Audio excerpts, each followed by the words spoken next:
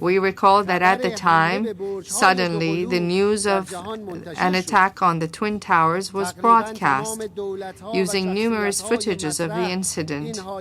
Almost all governments and known figures that mattered strongly condemned this incident. But then a propaganda machine came into full force.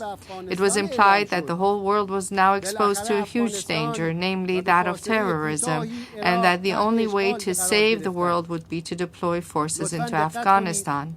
Eventually, Afghanistan and shortly thereafter, Iraq were occupied. Now please take note. It was said that some 3,000 people were killed on September 11, for which we are all very saddened. Yet, up until now, in Afghanistan and Iraq, hundreds of thousands of people have been killed, millions wounded and displaced, and the conflict is still going on and expanding. In identifying those responsible behind the September 11 attacks, there were three viewpoints.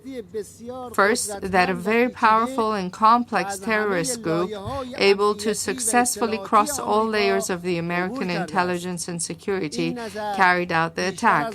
This is the prevalent viewpoint, which has been supported mainly and advocated by American statesmen. Second, that some segments within the U.S. government orchestrated the attack to reverse the declining American economy and its grips on the Middle East in order to save the Zionist regime. The majority of the American people, as well as most nations and politicians around the world, agree with this view.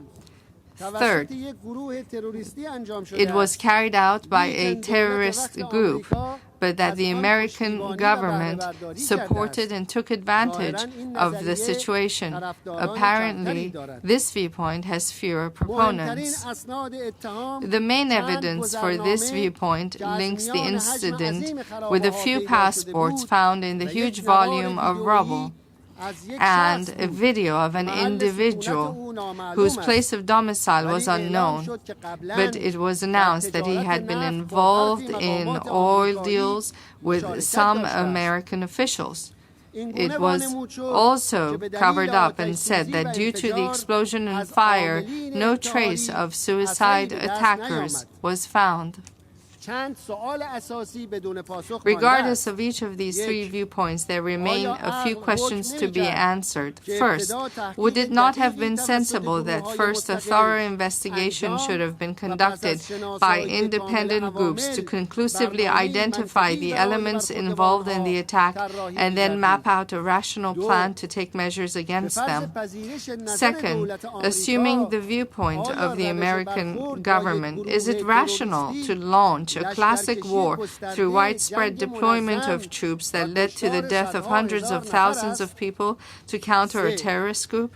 Third, was it not possible to act the way Iran conducted the Rigi operations, fighting the Rigi terrorist group who killed and wounded 400 innocent people? In the Iranian operation, no innocent person was harmed. It is proposed that the United Nations set up an independent fact-finding group for the event of September 11 so that in the future expressing views about it, to ensure that the different views about it are not banned from discussion in the future.